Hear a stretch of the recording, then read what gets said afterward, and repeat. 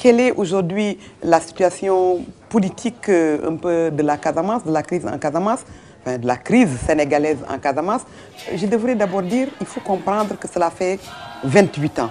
Cela fait 28 ans que le mouvement des forces démocratiques de Casamance réclame l'indépendance de cette région située au sud du Sénégal, coincée entre la Gambie au nord, la Guinée-Bissau au sud et l'océan Atlantique à l'ouest. Au départ, c'était plus des réclamations simples, etc. Et c'était calme. Vous alliez en Casamance jusqu'en 89, 90, vous ne vous pensiez peut-être pas tellement dans une zone de conflit. Mais à partir des années 90, nous avons l'apparition des mines antipersonnelles. Nous avons des combats de plus en plus violents. Nous avons eu donc des arrestations de plus en plus nombreuses. Et il y a eu plusieurs accords. Mais la violence que nous voyons depuis 2009 est une nouvelle forme de violence. Il y a des armes de plus en plus sophistiquées qui sont utilisées aussi bien par l'armée sénégalaise que par les mouvements de forces démocratiques de Casamance.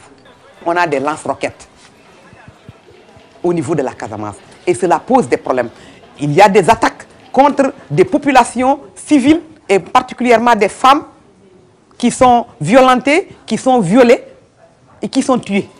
Et c'est cela qui motive de plus en plus les femmes à unir leurs différentes organisations dans ce qu'on appelle un mouvement vraiment de femmes pour la paix en Casamance et que nous appelons la plateforme des femmes de Casamance. Mais dans laquelle plateforme nous voulons aujourd'hui qu'elle dépasse la Casamance, que cette plateforme atteigne le Sénégal dans son ensemble et qu'on soit soutenu à tous les niveaux, au niveau international aussi, au niveau de l'Afrique comme au niveau donc, du monde entier, qu'on soit soutenu pour que cette voix des femmes soit entendue, pour qu'on arrive à la négociation pour la paix, qui est notre seul credo. Mais en plus aujourd'hui, nous avons quelque chose sur laquelle on peut s'appuyer. C'est ce qu'on appelle la résolution 1325 des Nations Unies, du secrétaire général des Nations Unies, qui stipule que dans les zones de conflit, on doit protéger les femmes et on doit les faire participer à la résolution des conflits. Et qu'est-ce que nous sommes venus chercher? Nous sommes venus chercher la solidarité nationale, pour que toutes les femmes du Sénégal comprennent les souffrances que nous vivons en Casamance et qu'elles nous accompagnent dans notre mobilisation pour la construction d'une paix réelle au niveau de la Casamance.